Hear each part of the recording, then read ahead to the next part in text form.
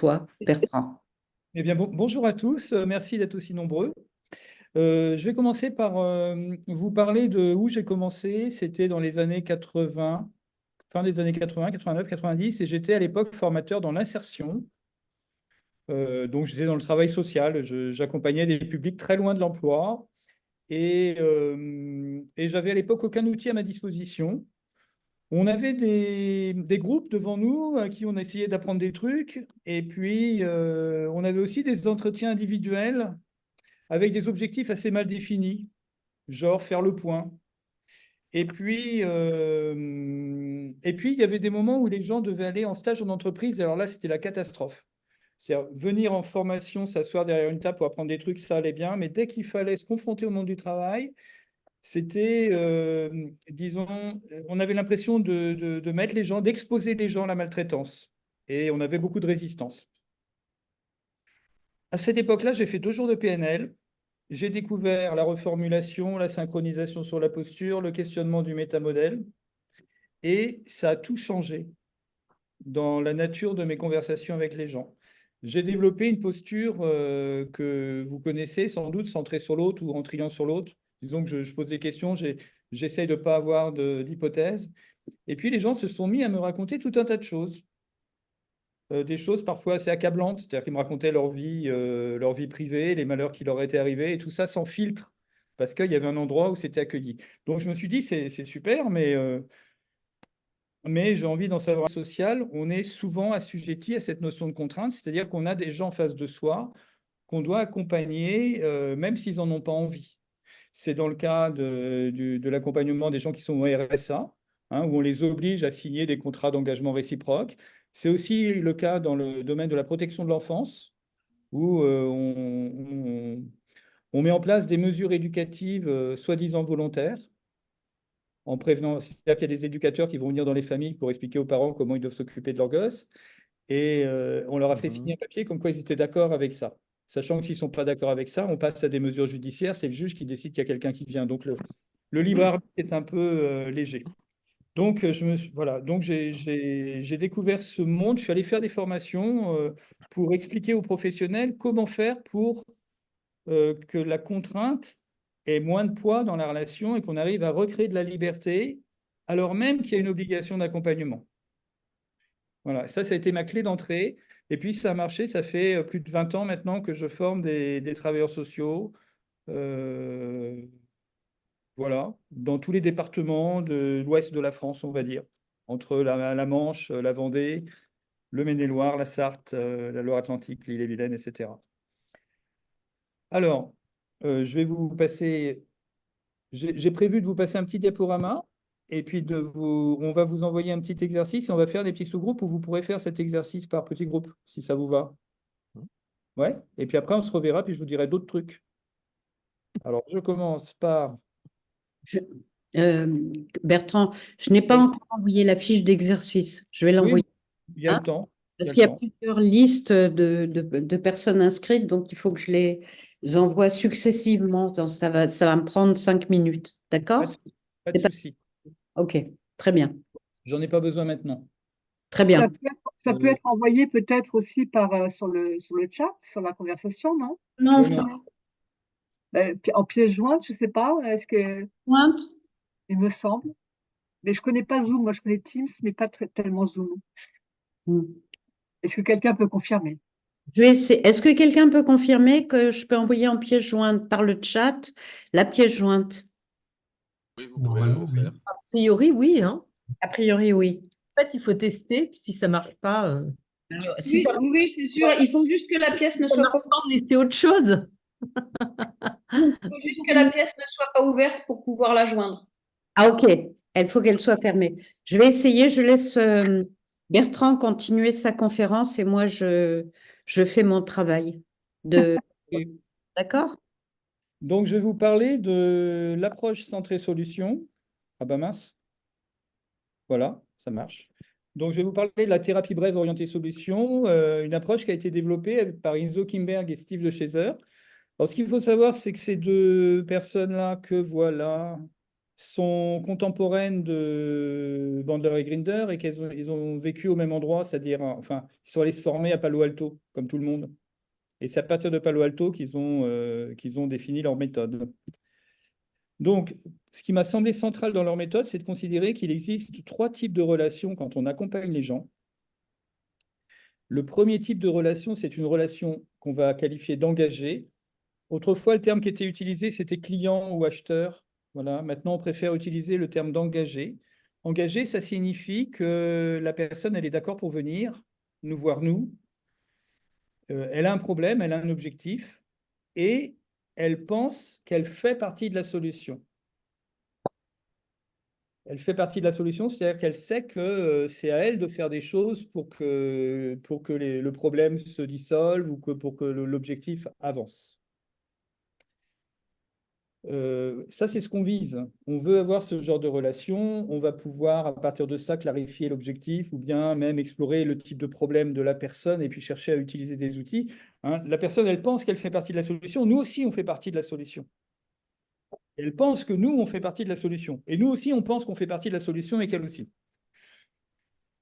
Et avec tout ça, on a une relation engagée. On est d'accord pour y aller ensemble à 2 et on va faire du bon boulot. On ne va pas parler de ça aujourd'hui, ce n'est pas le sujet. Un autre type de relation, c'est la relation non engagée. Là, je pars à l'extrême. Une relation non engagée, c'est une relation dans laquelle la personne pense qu'elle n'a pas de problème. Voilà, tout va bien. Donc, elle pense qu'elle n'a pas de problème, mais pourquoi elle est venue alors si elle pense qu'elle n'a pas de problème? Vous avez une idée? On va forcer. Voilà. Il y a quelqu'un d'autre qui pense qu'elle a un problème. Et c'est ce quelqu'un d'autre, on va l'appeler un prescripteur. Dans une relation de coaching, ça peut être le manager. Mais c'est ce que, en entreprise, c'est un peu ce qu'on trouve du coup parfois. En entreprise, vous pouvez trouver ce genre de choses. On peut trouver ce genre de choses en accompagnement, en coaching. On peut aussi le trouver en formation. Très souvent, il y a des formations qui sont imposées aux gens. Voilà. Pour les jeunes aussi. Ou les jeunes, oui, les ados qui sont envoyés par leurs parents. Ou les conjoints. Ah, ouais. Les conjoints qui, parce que soi-disant, ils sont alcooliques ou parce que soi-disant, ils sont trop violents ou je ne sais quoi. Voilà, on peut trouver ça dans les familles. Et puis, on peut trouver ça en parentalité. D'accord? Donc, on a affaire à des gens qui disent, mais moi, tout va bien, on n'a pas de problème, simplement, on a été dénoncé, ou le problème, c'est les autres, c'est pas nous. Voilà. Donc, il y a quelqu'un d'autre qui pense qu'il y a un problème. Ça va, mes références aux années 50? Il y a celui-là qui intervient souvent aussi. Alors, mais cette relation non engagée, je n'ai pas prévu d'en parler aujourd'hui, c'est pas ça le sujet. Mais si on a le temps, vous me demanderez, et Gaston, comment on fait quand on a affaire à des gens qui ne sont pas engagés, hein. On va pas s'intéresser à cette relation-là, ce n'est pas le sujet de la soirée, mais si on a le temps, je vous répondrai après. Alors, ce qui va nous intéresser, c'est la relation de plainte. Alors, qu'est-ce qui caractérise cette relation de plainte? La personne, elle a un problème, elle considère qu'elle a un problème, simplement, elle considère qu'elle-même ne fait pas partie de la solution. C'est quelqu'un d'autre qui pense qu'elle a un... Enfin, non, elle pense qu'elle a un problème, mais elle pense que la solution, c'est les autres. Hein, ça peut être quelqu'un qui se plaint de son conjoint. Ça peut être un parent qui se plaint de ses gosses. Vous voyez, si vous faites de la thérapie, que vous avez des parents qui vous envoient leurs ados, bon, vous avez le choix entre recevoir les ados en position de non engagés, c'est-à-dire qu'ils pensent qu'ils n'ont pas de problème, ou bien les parents en position de plaignant, qui pensent qu'ils ont un problème, mais ils n'ont pas de pouvoir dessus, donc ils vous l'envoient. Débrouillez-vous, occupez-vous de mon ado. Voilà. Vaut mieux recevoir les gens qui sont dans cette relation de plainte. Parce qu'au moins, au moins, il y a un problème, on peut partir du problème. Alors, qu'est-ce que je vous ai... Ah oui, là, j'ai un archétype de plainte. Ah.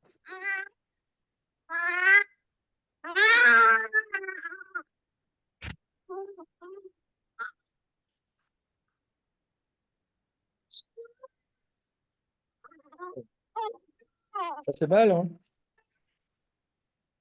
On met un peu le contact. Mais que font les parents? Bon, alors... On n'a pas entendu en fait. Vous n'avez pas entendu? Moi, je n'ai Ah, pas vous n'avez entendu. pas entendu? Pardon. Bah alors, Non, je ne sais non, on n'a pas entendu. Ouais. Moi, Ah, j'ai bah, cru entendre des cris de bébé. vous avez entendu les cris de bébé? Oui, c'était ça. Cri de bébé, Ah, ouais. c'était ça. D'accord. Bon, c'était des cris de bébé, donc ça passe pas.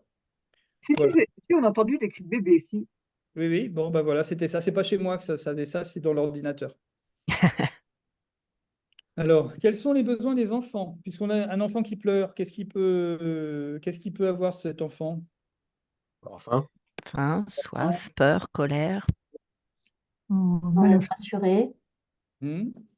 Ouais, ouais, c'est ça. sécurité. oh, Sécurité, oui.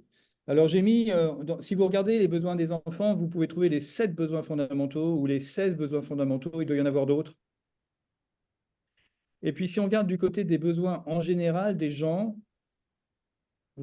tiens, Maslow, vous savez combien il a des 7 besoins, Maslow? 5, 5. Bravo, bravo. Il y en a qui savent. Mais est-ce que vous savez lesquels?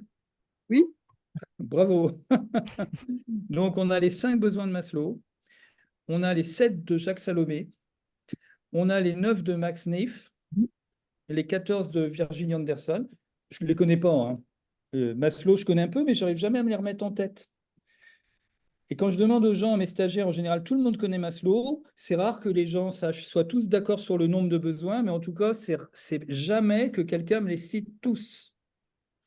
Parce que ces 5, on n'arrive pas à s'en souvenir. Donc, je vais vous proposer un modèle plus simple. On va faire un modèle à 2 besoins et on va appeler ça l'autonomie relationnelle. C'est-à-dire que nous avons un premier besoin qui est un besoin de protection, qui comprend la sécurité matérielle, mais surtout la sécurité affective, le besoin de reconnaissance, le besoin de sentir qu'on existe pour quelqu'un, qu'on est important pour quelqu'un.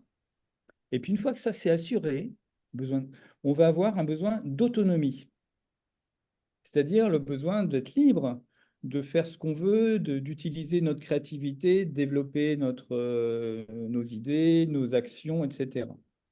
Voilà. Donc, pour moi, depuis que j'ai découvert ce modèle, je me sers que de ça. Ces pratiques, je les ai toujours en tête. Les gens ont 2 besoins. Ils ont un besoin de sécurité, ils ont un besoin de liberté, qu'on retrouve dans accompagner sans contrainte. Quand j'ai fait le rapprochement entre les deux, je me suis dit, mais accompagner, c'est la protection, sans contrainte, c'est laisser de l'autonomie.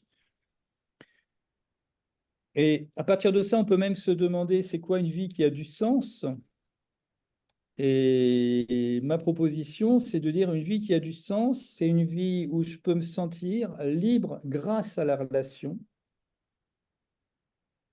C'est-à-dire la relation à l'autre me permet d'être libre parce que quand je suis avec l'autre, je peux dire ce que je pense, je peux avoir des gestes spontanés, je peux être créatif, je peux proposer des choses, je peux parler sans avoir peur, sans me censurer. Quand j'ai ça, hein, quand j'ai cette expérience vivante. Et que je peux aussi enrichir la vie de l'autre. C'est-à-dire que mes propositions, mes actions, mes gestes apportent quelque chose à l'autre et font que sa vie est plus riche. Et ça, c'est ce qui manque aux gens qui, de façon contextuelle ou de façon plus générale dans leur vie, vivent dans le monde de la survie, à savoir un monde dans lequel on ne peut pas avoir en même temps la protection et l'autonomie. Vous pouvez redonner la définition d'une vie qui a du sens? Une C'était vie, très bien. une vie qui a du sens, c'est une vie où je me sens à la fois en sécurité et libre, Mhm.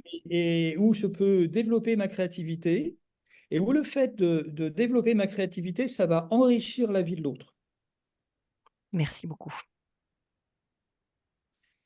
Ça veut dire qu'il faut qu'on arrive à se débrouiller quand on accompagne des gens en thérapie, pas n'importe lesquels, mais les gens qui ont des troubles de l'attachement, des gens qui sont prisonniers de façon chronique dans le monde de la survie, pour réussir à faire en sorte qu'ils enrichissent notre propre vie à nous en tant qu'accompagnants. C'est ça l'idée d'honorer la plainte, c'est d'aboutir à ça. C'est que la plainte qu'on va accueillir nous apprenne des choses sur les gens qui nous fassent dire « Ah ouais, ça c'est chouette, ce que vous me dites là, c'est chouette, ça me touche, c'est un truc auquel j'avais jamais pensé et ça va m'apporter quelque chose d'avoir vécu ça avec vous aujourd'hui. » Voilà, mais on va faire des détours pour arriver à ce résultat, hein. Je vous annonce la fin du truc, là, en fait, hein. Voilà, donc deux besoins fondamentaux, c'est simple, c'est clair, et c'est de Julien Bedbès, je cite mes sources, c'est un collègue nantais qui est psychiatre et avec qui je bosse depuis une quinzaine d'années. Il est docteur, mais je ne mets pas docteur. Alors, ok, j'arrête mon diaporama, je vais vous faire voir autre chose. Je vais partager un autre document, arrêtez le partage.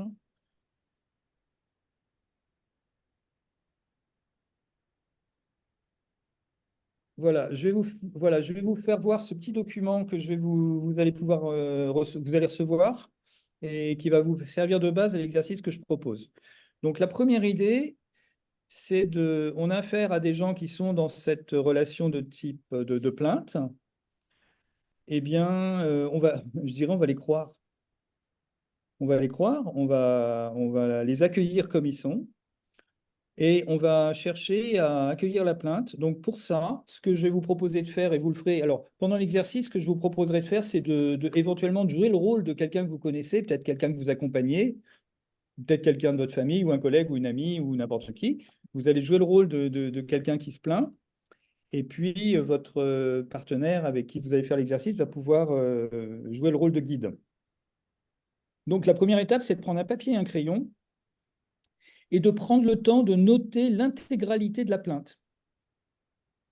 Hein, et je vous invite à faire ça, vous accompagnez des gens qui commencent à se plaindre, vous dites, attendez, excusez-moi, est-ce que vous m'autorisez à prendre des notes? On laisse de la liberté aux gens. Est-ce que vous m'autorisez à prendre des notes? Ce que vous dites est important, j'ai besoin de le noter pour m'en souvenir. Et vous allez noter l'intégralité mot à mot ce que vous dit la personne. Ça, c'est la première étape. Si la personne, vous savez, il y a des gens qui ont tendance à tout déverser, enfin, hein, vous la ralentissez en lui disant, écoutez, excusez-moi, allez moins vite, je n'ai pas le temps de noter. Ce que vous dites est important. Quand vous avez noté une bonne partie, vous reformulez. Je vous propose de tester deux façons de reformuler. Alors, la façon classique, c'est la façon indirecte. Vous me dites, la personne vous dit, je suis fatigué, et on va reformuler en disant, vous me dites que vous êtes fatigué. Je vous propose une autre façon de faire qui est une forme directe, c'est-à-dire vous dites à la personne, vous me dites, je suis fatigué. Donc, vous notez tout ce que vous dit la personne à la première personne et vous le reformulez à la première personne en lui disant, vous me dites, je. Voilà. Et vous faites en sorte que votre reformulation soit le plus extensive possible. Il faut essayer de tout ramasser. Il y a de grandes chances quand vous faites ça que la personne à la fin vous dise « Oui, c'est exactement ça. C'est exactement ça ce que je vis. Vous m'avez compris. » Quand vous avez fini votre formulation, avant que vous posez la question suivante, vous demandez « Et quoi d'autre ?» Et quoi d'autre? Est-ce qu'il y a d'autres problèmes? Est-ce qu'il y a d'autres choses qui ne vont pas? Est-ce qu'il y a d'autres choses qui vous font souffrir? Est-ce qu'il y a d'autres choses qui sont difficiles? Vous notez, vous reformulez à nouveau.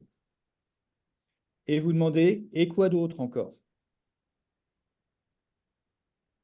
Voilà, il faut vraiment faire en sorte d'essayer de tout ramasser. Quand vous avez fait ça, c'est déjà pas mal. Oui, pour faire ça, l'idée, c'est que la personne soit fatiguée de se plaindre avant que vous-même, vous soyez fatigué de l'écouter. C'est ça l'idée de l'épuisement de la plainte. Hein, il faut imaginer, vous vous mettez dans le truc, il n'y a pas de demande, on est sur... Voilà, et ça c'est une notion importante à intégrer. Une plainte n'est pas une demande. Ou alors la seule demande, c'est de se plaindre. Une petite anecdote au passage, je me souviens quand je commençais à faire de la PNL, un jour je déjeune avec une copine qui commence à se plaindre de son boulot, que ce qu'elle fait, ça n'a pas de sens, qu'avant c'était mieux. Elle était infirmière et puis avant elle s'occupait de gens qui avaient le sida, ça c'était prenant, c'était bien. Et puis maintenant elle fait de l'orthopédie, c'est pas bien. Et alors je commence à lui demander, qu'est-ce que tu pourrais faire pour... et par quoi tu pourrais commencer, et imagine, tu as atteint ton objectif, où t'en es, etc. Et au bout d'un moment, elle me dit, mais Bertrand, tu m'emmerdes. J'avais juste envie de me plaindre. Voilà, donc j'ai compris ce jour-là que oui, les trucs d'objectif, d'autonomie, d'action, ça ne marche pas toujours. Donc on pourrait dire que le mandat que vous avez, c'est d'accueillir la plainte, la personne se plaint, ben on fait notre taf, là, quoi. On accueille la plainte. Alors, une fois qu'on a fait ça, une fois que la personne commence à dire bah, c'est tout, on va tout reformuler, puis on va mesurer notre niveau de compréhension. Alors, attendez, ce que je vous dis là, c'est des trucs que vous pouvez faire, tout n'est pas obligé. Vous pouvez prendre des bouts, aller dans le sens que vous voulez. Je vous mets les choses dans l'ordre, des choses qui sont possibles à faire et que je vous invite à faire pour l'exercice, mais après, vous faites ce que vous voulez, hein. Il y a plein d'autres choses qu'on peut faire. Mesurer le niveau de compréhension, c'est, voilà, admettons, sur une échelle de 1 à 100, 1, j'ai rien compris à ce que vous vivez, et 100, j'ai tout compris, on en est à combien? Après avoir fait une reformulation complète, hein. Si on en est à moins de 90, vous demandez, OK, on en est à 60. Qu'est-ce qu'il faudrait que je sache en plus pour qu'on en soit à 70? Pour vous sentir davantage compris. Et puis on essaye comme ça de grimper, de gagner un peu de terrain pour aller jusqu'à 80-90%. Quand on en est à 80-90, c'est bien.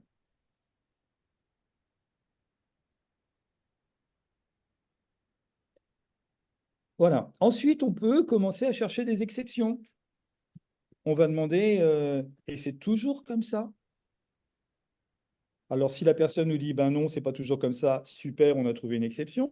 Si on a trouvé une exception, on va demander, on va amener la personne à nous la raconter. Et puis, ça va lui permettre de voir qu'elle a du pouvoir sur sa vie. Donc, éventuellement, à partir de ça, on va pouvoir passer à une relation engagée.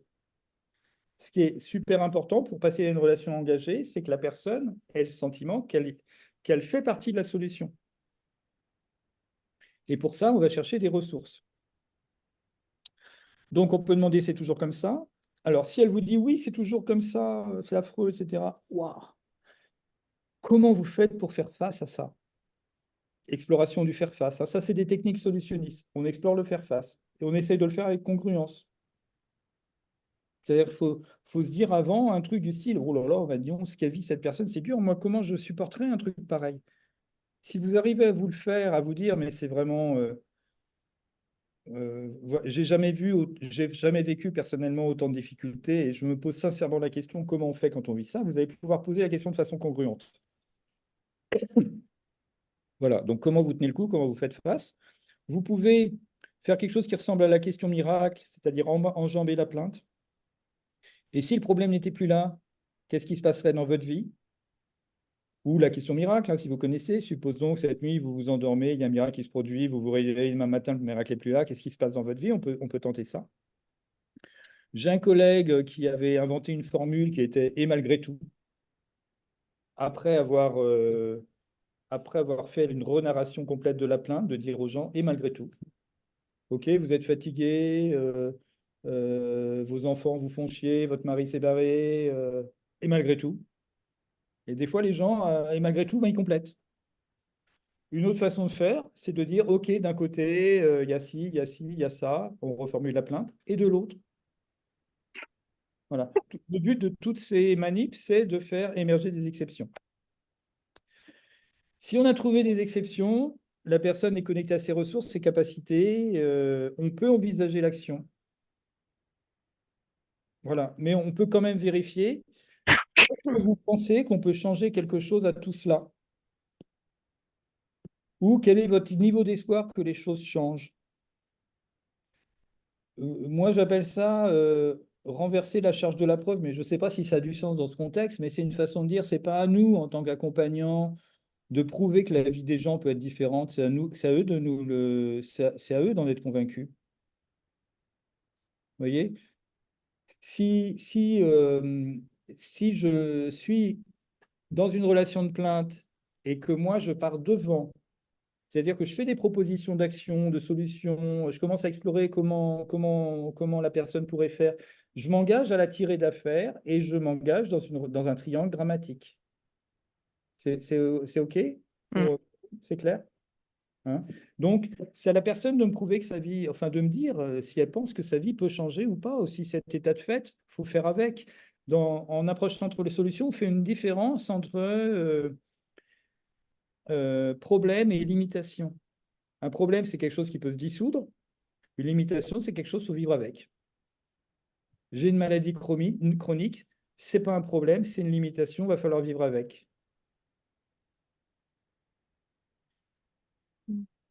Alors, si la personne peut envisager le changement, ben, on va prendre un mandat, on va partager les engagements. Partager les engagements, ça c'est important, c'est-à-dire qu'on va faire en sorte que la personne prenne une part se dise qu'elle, elle peut faire des choses à tout ça, et là on passe dans une relation engagée. Voilà. Bon, et bref, on espère qu'on est passé dans une relation engagée, on peut explorer l'état désiré, les étapes de l'objectif. Voilà. Et ça, tout ce que je viens de vous dire là, c'est pas tellement intéressant. Non, parce que c'est maintenant que ça devient intéressant. Ça devient intéressant si ça ne marche pas.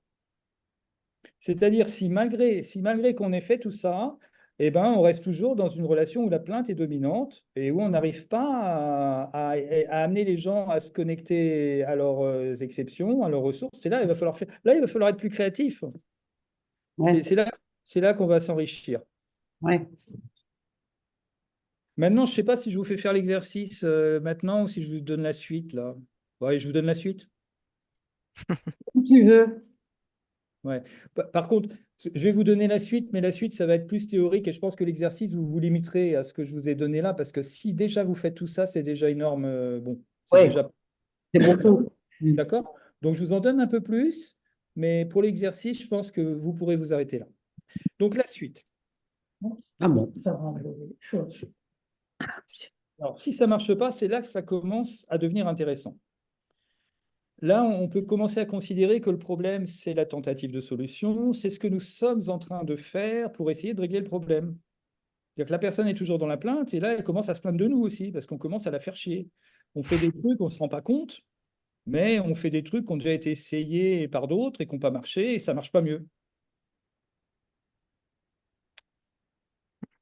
Alors, première piste, je vous relis, on pensait être dans une relation de plainte alors qu'en fait, on était dans une relation non engagée. C'est-à-dire que la personne, elle n'est pas contente d'être là. Elle n'a rien demandé. Elle n'a rien demandé. En fait, ce dont elle se plaint, c'est le fait d'être obligée de venir consulter. Donc là, on est dans une relation. La personne, du coup, se sent maltraitée. On l'oblige à faire des trucs qu'elle n'a pas envie. D'accord? Je vous ai dit tout à l'heure, on a besoin de deux choses qui sont la protection et l'autonomie. Quand on a la protection, mais sans l'autonomie, on a un sentiment de maltraitance. C'est-à-dire, je suis dans une relation, je suis protégé, hein, on peut vivre ça dans un couple. Hein. J'ai de la protection, simplement, j'ai peur de l'autre, donc je ferme ma gueule, je ne dis pas ce que je pense, je ne fais pas ce que je veux, je ne sors pas avec qui je veux. Et pour rester protégé, j'accepte de supporter la maltraitance. L'inverse, c'est toujours dans le monde de la survie, je suis libre, simplement, je peux compter sur personne. Et ça, c'est le monde de l'abandon. Et l'abandon est pire que la maltraitance. C'est le même monde, hein. Voilà, mais simplement, il y a pas mal de gens qui préfèrent être maltraités qu'abandonnés. Ouais. Donc, une seconde piste qui est possible, c'est qu'on est en train, malgré nous, d'essayer de travailler sur l'autonomie, sur l'action. On veut que ça bouge, on veut que la personne avance, on veut qu'elle fasse des choses pour que sa vie change. Ça se voit au travers de nos questions, ça s'entend, elle le sent.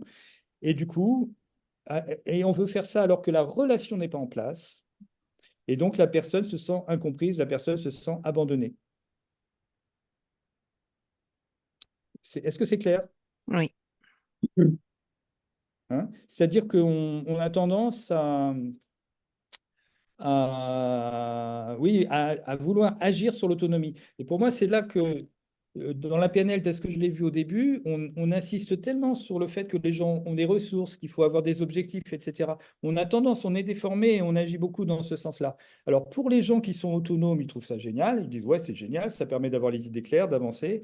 Mais pour les gens qui se sentent un peu abandonnés, ça les abandonne davantage. C'est ça qu'il faut comprendre, hein.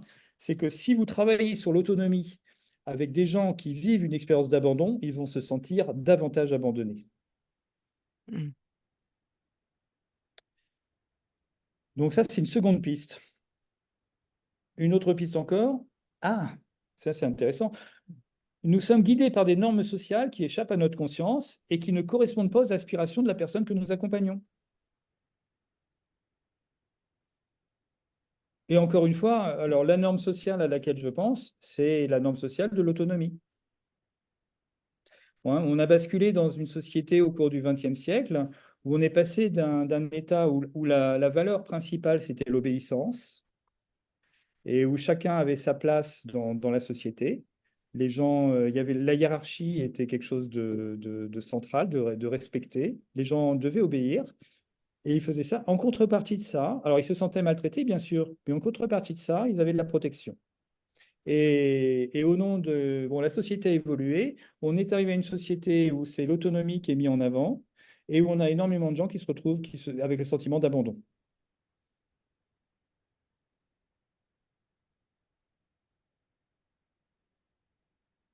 Voilà. Et on en arrive à des choses du style, moi qui bosse beaucoup pour les travailleurs sociaux, pour que les gens restent au RSA. Donc, au RSA, c'est quand même les gens qui ont le plus de difficultés à être autonomes, hein, à gérer leur vie. Ils se retrouvent, ils ont l'incapacité de bosser parce qu'ils ont des gamins, parce qu'il y a du handicap, parce qu'il y a de la maladie, parce qu'il y a un contexte général qui les empêche. Et on leur demande de signer un contrat d'engagement réciproque, c'est-à-dire de faire preuve d'autonomie, d'avoir des projets pour bénéficier de l'aide. D'accord? Donc, vous voyez le paradoxe. Mm. Pour qu'on puisse vous aider, vous devez montrer que vous êtes autonome et donc, logiquement, vous n'avez pas besoin d'aide. Bon, mais voilà, nous allons pouvoir nous mettre en quête d'un monde merveilleux, celui dans lequel la personne ne sait pas encore qu'elle aimerait vivre. Ah, voilà. Ce qu'on va chercher maintenant, alors là, j'ai essayé de remettre mon diaporama. Où est-ce qu'il est? Alors, j'arrête le partage de ça. Oh, ben non, je vous montrerai ça après. On va chercher, du coup, non pas à rechercher des exceptions où la personne a agi, mais on va chercher des exceptions en termes de valeur et d'intention. Et ça, c'est l'approche narrative qui nous permet d'aller dans cette direction. L'approche narrative, développée par Michael White en Australie, David Epson, en Nouvelle-Zélande, c'est une approche qui met en avant la notion d'intention et de valeur. Et donc, on va chercher l'exception de ce côté-là. Et on va considérer que la plainte est un moyen pour les gens de rester en relation avec leurs valeurs.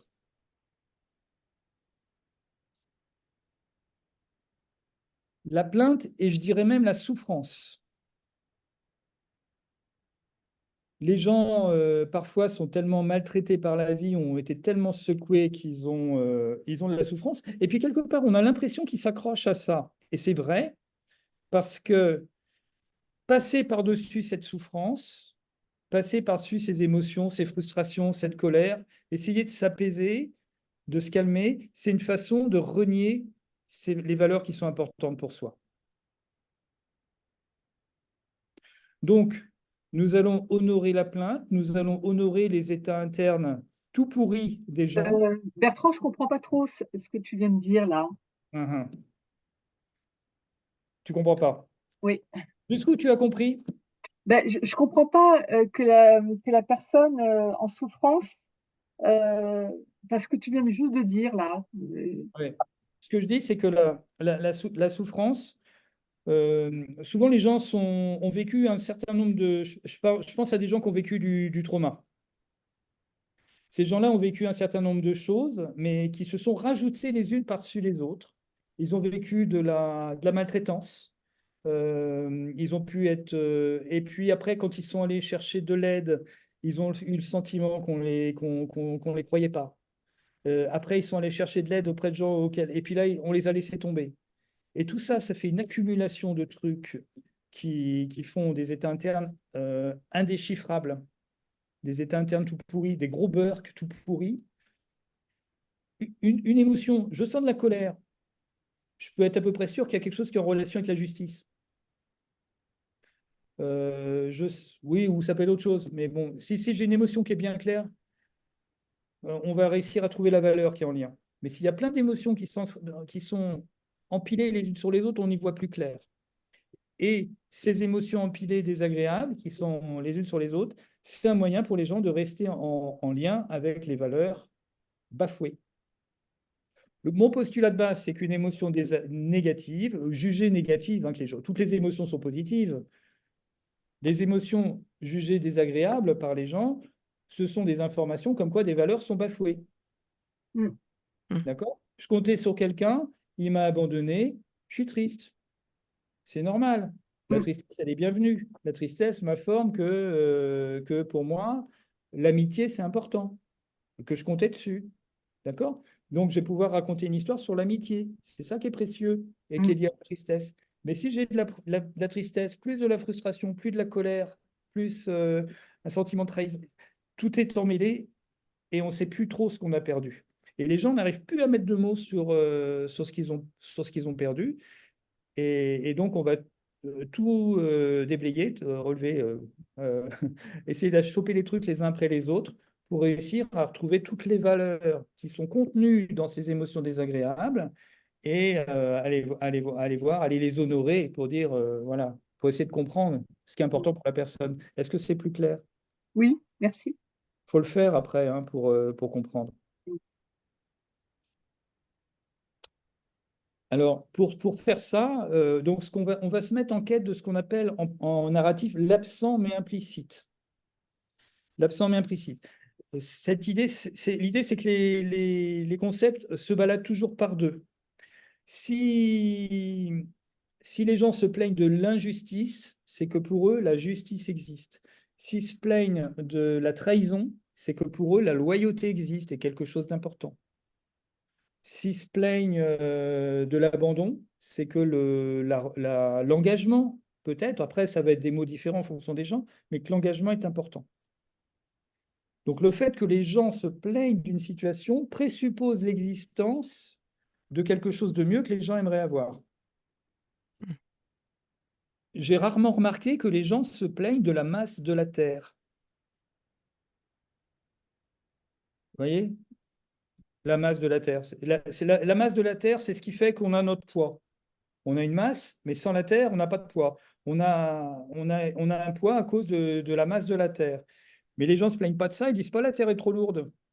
Parce qu'ils n'ont jamais vécu sur une planète qui était plus légère, donc ils n'ont pas de cadre de contraste. Mais à partir du moment où ils se plaignent de quelque chose, ça veut dire qu'il y a quelque chose de précieux qui existe, quelque chose de chouette pour eux. Donc comment on va faire ça? On va commencer par explorer ce qui ne convient pas et on va chercher à donner des noms à tout ça.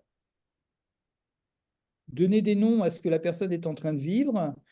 Et on peut lui demander elle se plaint de ce qui s'est passé au boulot.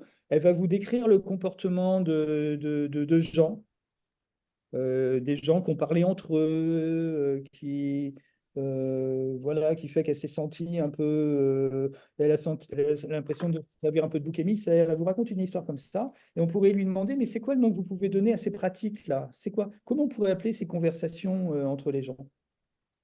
Et puis là, on va avoir peut-être médisance, peut-être calomnie, peut-être trahison. On va avoir des mots.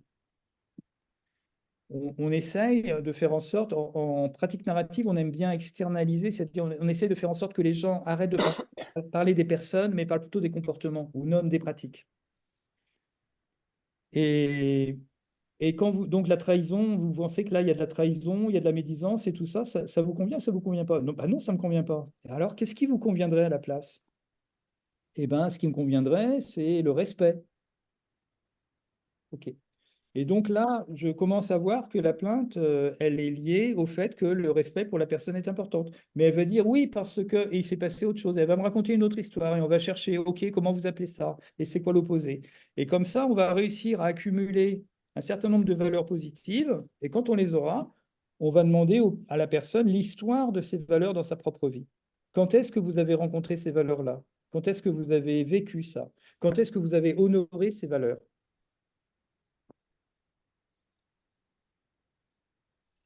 Voilà. Et puis, quand on aura fini tout ça, on ira chercher avec qui on cherchera un moment où les gens ont agi pour honorer leurs valeurs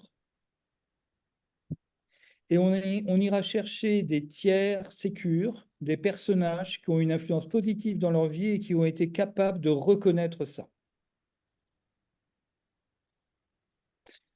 Pour revenir sur la définition que je vous ai donnée au départ, qu'est-ce que c'est qu'une vie qui a du sens? C'est une vie où mon action correspond à mes intentions et où mon intention est reconnue et enrichit la vie de l'autre. Donc le fait qu'une personne est en train de se plaindre aujourd'hui d'une situation qu'elle vit, ça signifie qu'à un autre moment dans sa vie, elle a agi de manière à défendre des valeurs et que ça a été vu, c'était reconnu comme quelque chose de chouette et d'enrichissant dans la vie des autres. Et c'est ça qu'on va chercher. Et c'est ça qu'on va chercher à honorer. On va chercher à honorer ce moment où la personne a agi d'une manière conforme à ses valeurs, et on va honorer les personnes qui ont pu transmettre ça ou qui ont été capables de le reconnaître. Marie-Christine, j'ai l'impression que tu veux dire quelque chose. Non, non, je suis d'accord, totalement d'accord avec ça. C'est une des choses les plus importantes depuis le début. Ouais. C'est là que je voulais arriver. Ouais. Voilà. Et c'est pour ça que je trouve que c'est une chance, si vous voulez, parfois, d'aller jusqu'au bout de la plainte et de se dire j'ai quelque chose de chouette à apprendre. La personne qui est en face de moi va me raconter une histoire qui va me toucher, qui va m'enrichir, où je vais me dire ah oui, mais je comprends contre quoi elle râle. C'est tellement beau ce qu'elle me raconte à côté. C'est tellement chouette ce qu'elle a pu vivre, ce qu'on lui a appris, ce qu'on lui a transmis. C'est tellement beau les relations dont elle me parle. Que je comprends qu'elle cherche à rester reliée à ça. Et qu'un moyen de rester relié à ça, tant qu'on ne l'a pas retrouvé, c'est la souffrance.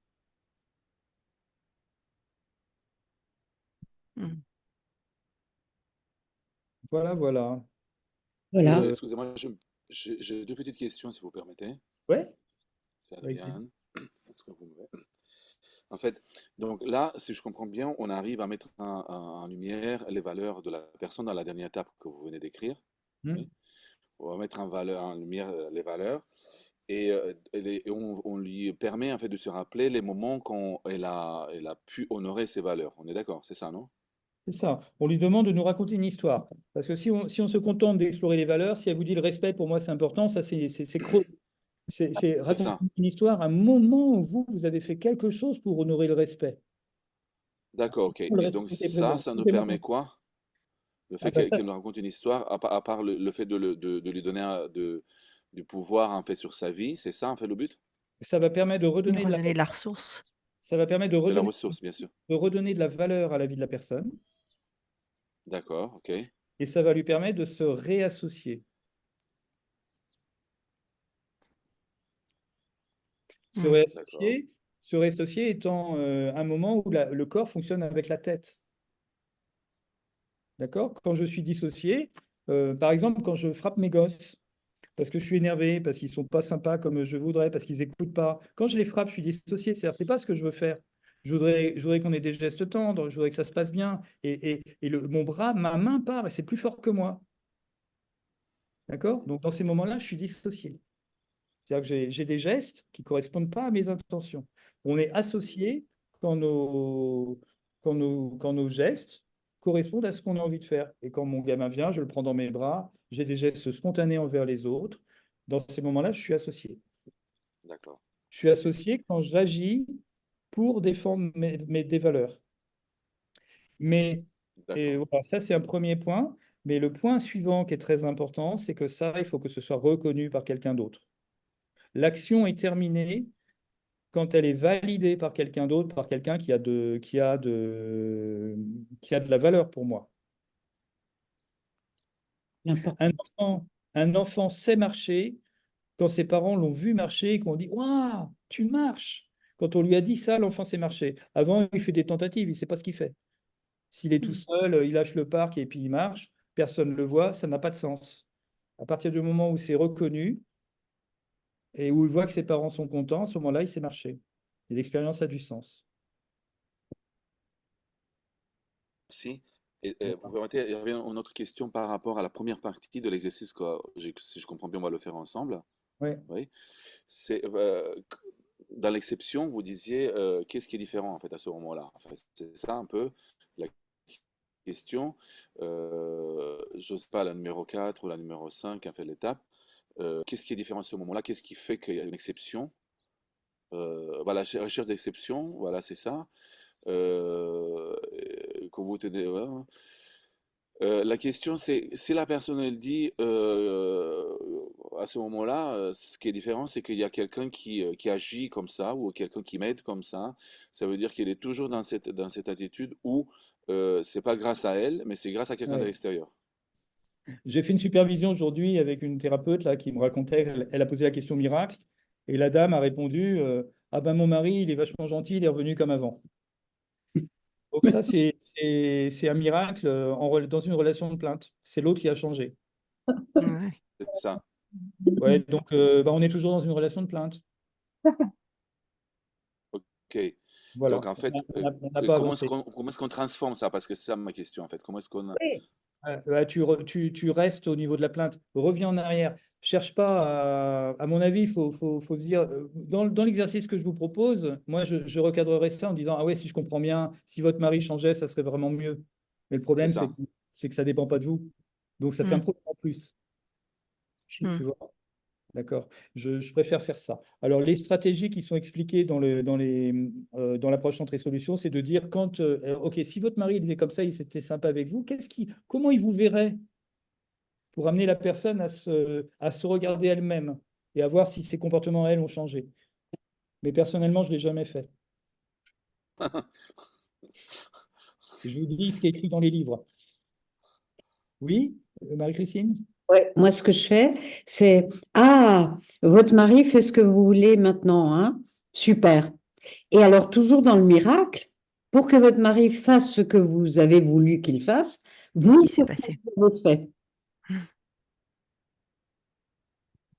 Ouais. D'accord. Voilà. Et si ça Qu'est-ce qui a marche, permis ça? et si ça marche, on passe à une relation engagée. Mais voilà, mais bon, c'est pas complet ce que je vous montre aujourd'hui, hein. Mm. Moi, ce que je voulais vous montrer aujourd'hui, c'est comment je fais si tous ces trucs-là ne marchent pas,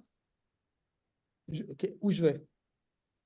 Et donc, la piste, c'est de considérer que la plainte contient quelque chose de beau et de précieux. Et que je vais pas chercher dans l'action, mais je vais chercher dans les valeurs. Mm. Et je vais chercher à faire ça pour moi, c'est une façon, si vous voulez, si je fais ça, c'est pour mettre en place la relation. Tant qu'on est dans des tentatives de solution en tant qu'accompagnant, où on veut que la personne bouge, où on voudrait que la personne soit responsable, on voudrait qu'elle soit actrice de sa vie, etc., qu'elle s'engage, si on est là-dedans, ça empêche de mettre la relation en place. Mm. Hein, la relation, elle va être mise en place à partir du moment où la personne se sentira vraiment complètement comprise.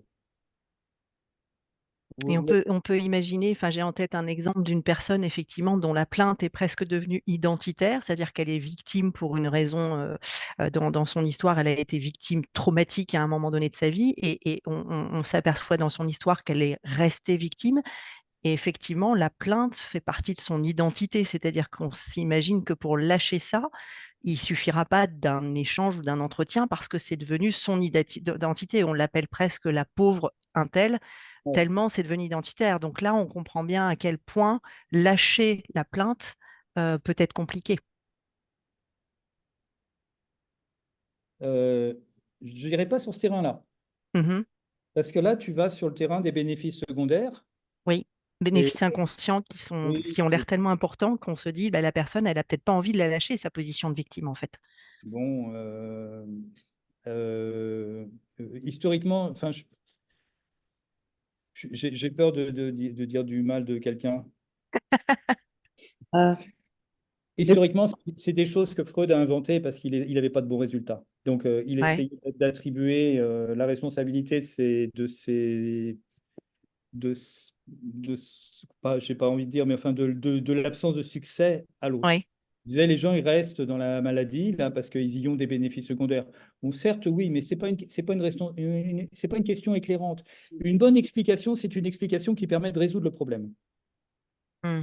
Ça, c'est Nardone qui dit ça, Giorgio Nardone, hein. Pour moi, c'est un modèle dans les thérapies, hein, avec ses stratégies, etc. C'est pas ce que je pratique, mais je trouve que c'est un modèle, au moins, à ce niveau, cette idée-là. C'est-à-dire qu'un bon diagnostic, c'est un diagnostic qui résout les problèmes des gens. Mm. Et c'est pas une explication de pourquoi ça bouge pas. Erickson disait la même chose, hein. Il disait ça par rapport quand ses collègues avaient inventé l'histoire d'homéostasie. Oui. D'accord? Erickson leur a dit, mais pourquoi vous inventez des théories qui expliquent pourquoi les problèmes ne changent pas? Mm. essayez de faire des théories qui expliquent comment les problèmes changent. Voilà. Après, on peut dire, ayez au moins l'espoir quand vous faites des théories que ça va faire changer les choses. Si vous faites des théories pour expliquer pourquoi ça bouge pas, bon, bah non, vous êtes incompétent, c'est tout. Mm. Donc, moi, je dirais plutôt, ben, la personne, elle reste dans la plainte parce qu'il y a des valeurs qui ont été blessées, parce qu'elle croyait dans la rencontre, elle croyait dans la confiance, elle croyait en un certain nombre de choses, et tout ça, ça s'est effondré. Oui. Et en plus, peut-être qu'elle se demande si elle n'y est pas pour quelque chose, parce que les gens qui Oui. sont victimes d'abus ont tendance à ressentir de la culpabilité. Donc, Oui. donc, on peut utiliser le même protocole pour l'amener Mm. à prendre conscience qu'elle a réagi, qu'elle s'est défendue, qu'elle a fait des choix pour survivre, qu'elle a agi pendant le trauma de manière à préserver des choses. Tu vois, faut refaire Ouais. une relecture. Enfin, c'est ce que je propose. Moi, je fais des Mm. formations sur le trauma avec le MDR, etc. Et c'est Oui. ce que je propose aux stagiaires, c'est de travailler sur repérer les actes de résistance, de protestation. Mm. Oui. Par exemple, de demander quand vous avez été agressé, enfin, ou quand vous avez on va partir du principe que les gens ne sont jamais complices des agressions qui leur arrivent ou des abus qui leur sont faits. Oui. Jamais complices, et qu'ils résistent par différentes manières et qu'ils protestent. Et donc, on va remettre ces choses-là en Oui. évidence et rechercher au travers de la protestation en quoi c'est lié à des valeurs qui sont précieuses pour eux et quand est-ce qu'ils ont honoré ces valeurs, etc. On va repartir sur le même chemin. Intéressant. Ouais. Bon, Merci. avec plaisir. Est-ce que, il y a d'autres questions ou est-ce qu'on peut passer à l'exercice? On peut. On peut? Est-ce que ça vous dit de faire un exercice? Why not? Ouais, donc, l'idée, c'est Qu'est-ce que tu en penses, Marie-Christine? C'est une bonne idée? Oui? On t'entend pas? Ah, elle est C'est peut-être. toi qui décides, Bertrand. C'est très bien un exercice, oui. Ouais. Moi, je vous propose de se laisser un petit quart d'heure, de faire un tour, de se laisser un petit quart d'heure. Donc, il y a une personne, vous n'allez pas faire plusieurs tours, hein. Il y a une personne dans le rôle de sujet qui joue le rôle de je me plains. Donc, vous choisissez un client, une cliente, quelqu'un de votre famille ou de vos amis, ou vous-même, parce que vous avez de bonnes raisons de vous plaindre aussi.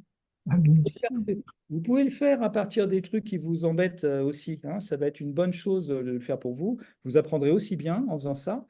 Et puis, donc, ce que je vous invite à faire, c'est au moins aller jusqu'au point 5 Ah bon, de, parce de la fiche. Ça serait déjà pas mal. que Hein, de faire vraiment le début de vous mettre en tant que guide dans l'état de ouais, j'y vais, je vais écouter jusqu'au bout. Je ne vais pas chercher à changer ça, j'accueille et j'accueille jusqu'au bout. Faites en sorte faites en sorte de jamais en avoir marre d'écouter la plainte. C'est ça mon truc. Et prenez note et faites de longues reformulations. Voilà. Tu peux organiser des petits groupes, Marie-Christine? salle de répartition créée. Alors, combien on est? Une trentaine? Alors, je vais faire combien tu veux qu'il soit? Deux, trois, quatre par groupe? 2 ou 3. Deux ou trois. Donc, 30, on va dire, attends, combien vous êtes? 32. Divisé par 3, 10. 10 salles. Je vais voir si j'ai 10 salles. 3, 4, 5, 6, 7, 8, 9, 10. J'ai 10 salles. Attribuées automatiquement. Vous êtes prêts à partir? Vous savez le fonctionnement, vous appuyez, Yes. accepter ou je sais pas quoi. Il y a un truc, hein, il faut que vous donniez. Ok. Je vous envoie. C'est OK? Et puis, Ok. alors attendez, combien de temps on donne, Bertrand? Oh, je pense que 10 minutes, c'est pas mal, peut-être. 10 minutes. Alors, où ai-je la maîtrise du temps? Je ne Et la puis nous, on peut circuler et voir ce qui se passe. Voilà. OK. Et puis, dans 10 minutes, sachez que dans Voilà. 10 minutes, parce que je ne vois pas la maîtrise du temps là, dans ce que j'ai sous les yeux, dans 10 minutes, on vous rappelle, ça peut être violent. hein, c'est-à-dire que Il y a 1 minute de. J'ai annoncé 1 minute avant. grande salle, voilà, c'est comme ça que ça se passe, hein, sachez-le. OK? Bon, c'est parti. Amusez-vous bien. Amusez-vous bien. Hop. Ouvrir toutes les salles.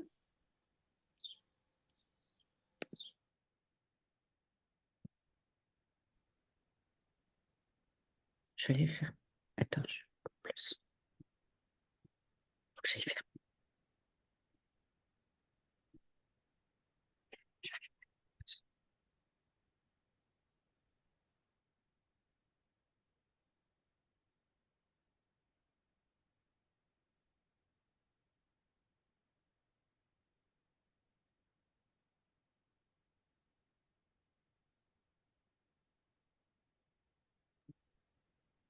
Alors, qui n'est pas parti encore? Ben, moi, je suis pas parti. Tu veux partir dans un groupe? Non, pas forcément. Non, non, non, toi, tu te promènes.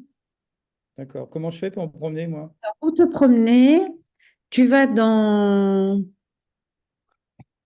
Il y a encore des gens qui sont là, hein. Est-ce qu'il y a des gens qui ne sont Oui, en fait, moi, ça m'a sorti du Zoom quand j'ai mis aller dans la salle, donc je sais pas. Si tu Ouais. peux me réattribuer une salle. Je vais essayer. Tu t'appelles comment? Excuse-moi. Valérie, tu t'appelles Valérie. Voilà, Guenancia. Sinon, si tu veux, s'il y a des gens qui restent là, je peux faire une. Alors, il y a plein de gens hein, qui ont été extraits, qui demandent leur incorporation, on va dire. On Alors, est 12 encore. vous êtes 12 à être dans le même cas.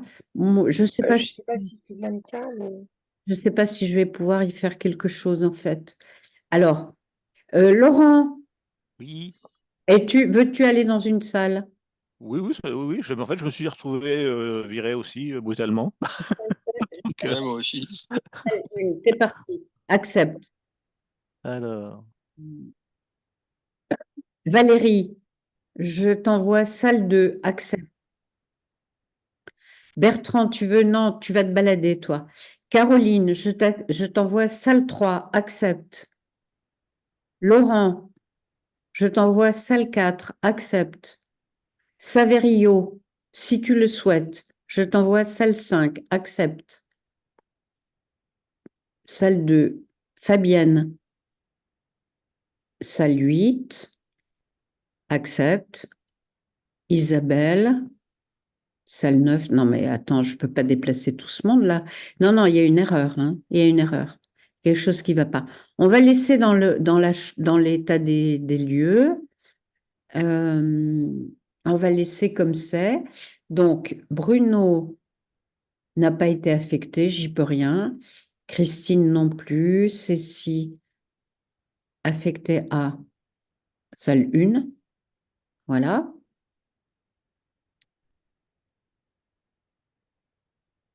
C'est un groupe dans la salle principale. Il peut pas faire un groupe.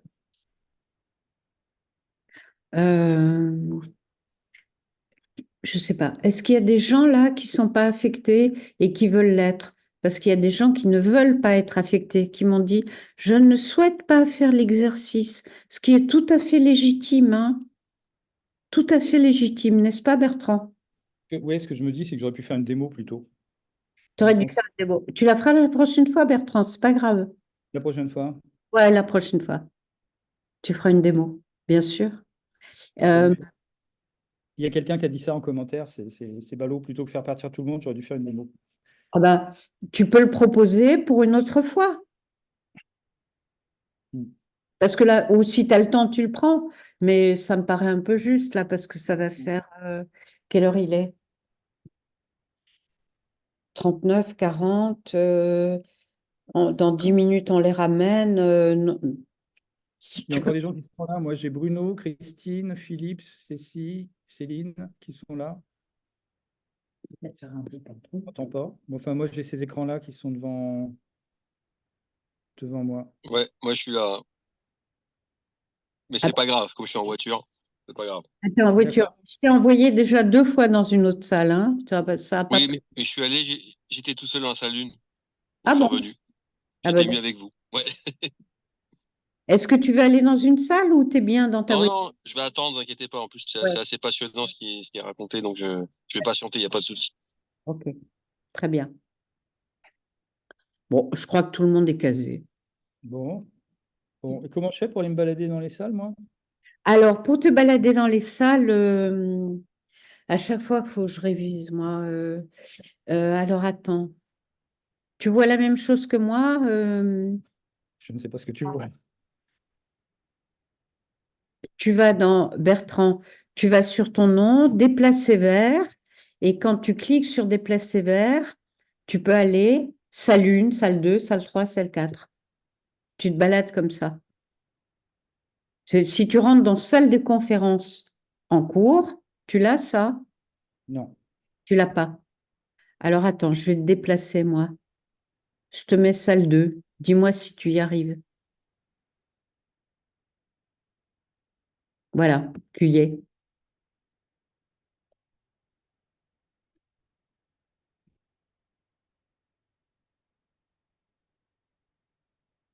Non, il n'y est pas.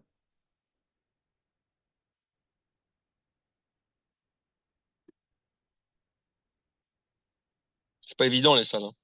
Non, tu y es pas apparemment, Bertrand. C'est moi qui me suis baladée. C'est moi qui suis dans... Là, ça va pas.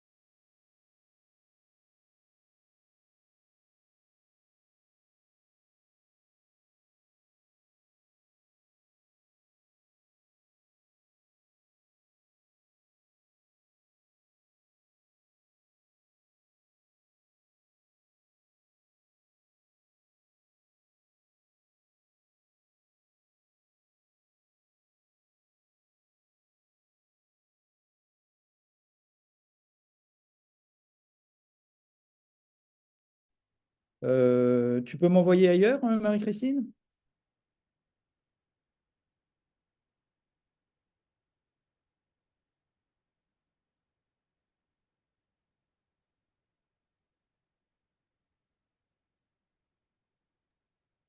Je remets le son, voilà.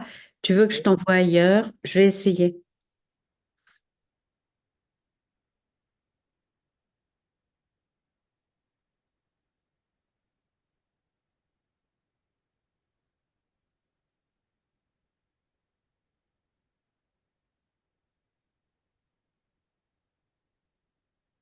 J'y arrive plus. Appeler. Non.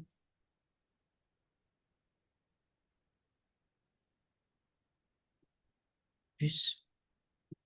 Non, je ne sais pas où c'est passé. Bon, bah, c'est pas grave. leur paraît sans doute normal, en fait. Ouais. Ça leur Oula. paraît tout à fait normal, mais je dis, mais non, c'est pas normal. Enfin, pour moi, il faut que ça me touche, hein. Mm, mm. Hmm. Il faut que ça me touche. Et quand ça me touche, D'accord.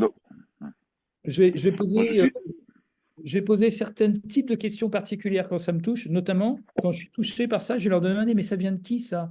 Avec qui vous avez appris à faire ça? Oui. Hmm. C'est-à-dire, est-ce qu'il y a des gens qui savent apprécier ce truc-là que vous faites, vous? Voilà, c'est ça. Ça te va comme Adriane? Excellent. Merci. C'est exactement ce que j'avais besoin. Ouais. Voilà, ben, je suis encore disponible s'il y a d'autres questions. Non, c'est très intéressant. Et effectivement, Moi, j'avais ce une qui est- question sur éventuellement des ouvrages que tu aurais à conseiller par rapport aux techniques dont tu as évoquées ou des choses qui t'ont influencé. C'est assez Oui. intéressant ce que tu as dit. Oui, alors pour moi, le meilleur bouquin de psychothérapie qui existe, qui est paru ces 10 dernières années, 20 dernières années maintenant, c'est Les cartes des pratiques narratives de Michael White. Pour moi, ça, c'est à lire absolument.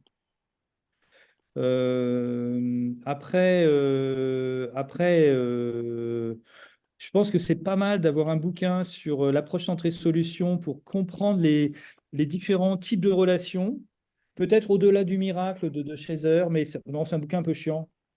Ou les bouquins de Cabier sont peut-être mieux.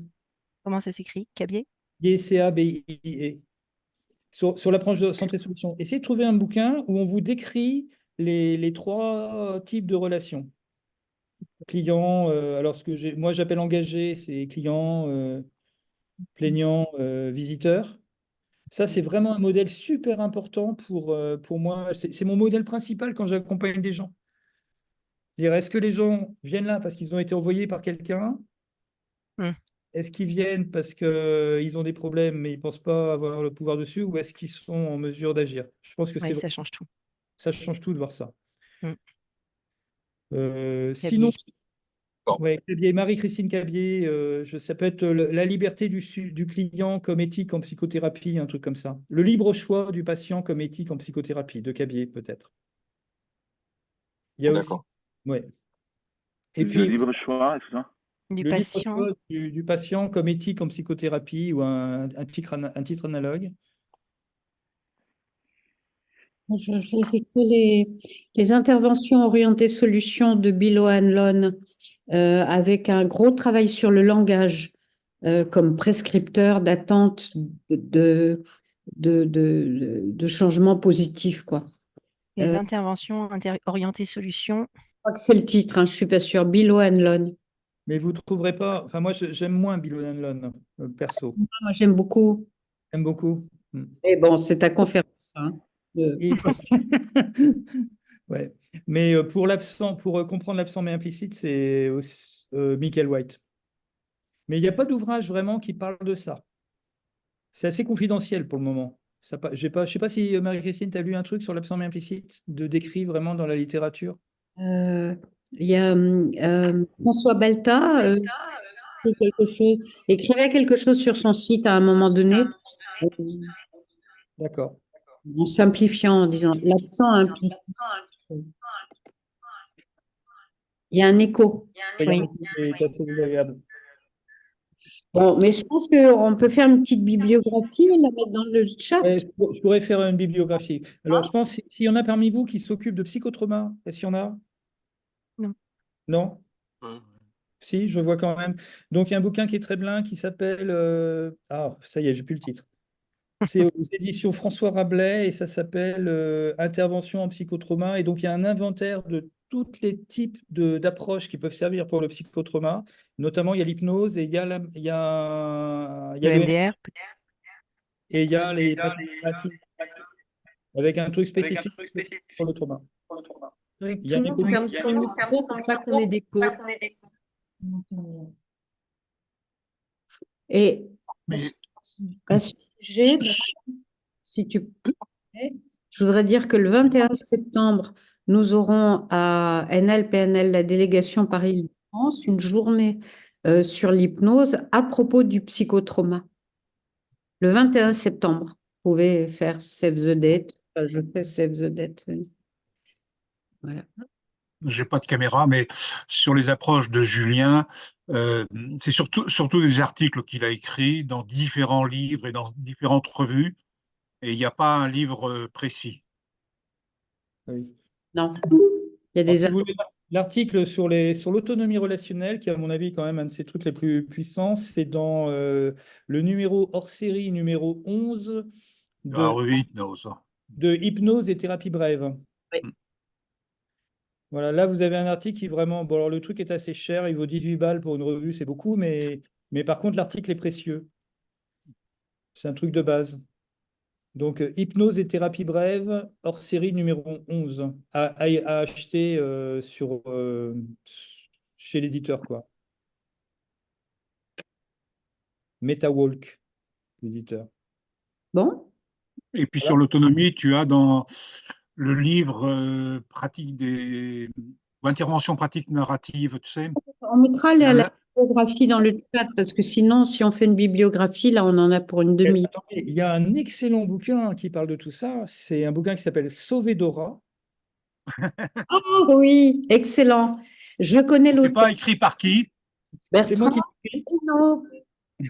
C'est un roman policier qui permet une découverte agréable, je pense, des pratiques narratives, de la thérapie, et qui permet aussi de déconstruire le freudisme. C'est de qui? C'est de moi. C'est de Bertrand. Voilà. Ok. Est-ce qu'on pourrait avoir une bibliographie par mail ou Ouais. j'ai pas eu le temps de tout noter, moi. Oui, on vous fera ça. On fera ça. Je t'envoie ça la semaine prochaine, Marie-Christine, c'est OK? Ou demain? Oui, d'accord. Et tu m'expliqueras pourquoi tu n'aimes pas Bill O'Hanlon parce que je l'adore. Je serais curieuse. Bah, on en reparle. On en reparle. Alors, pour ce soir, on va se quitter là, peut-être, hein? Oui, oui, d'accord. Pourra-t-on avoir la présentation ou... Le document, les questions. Oui, oui, pas de souci pour la présentation. Merci. Les questions, on les a dans le chat déjà.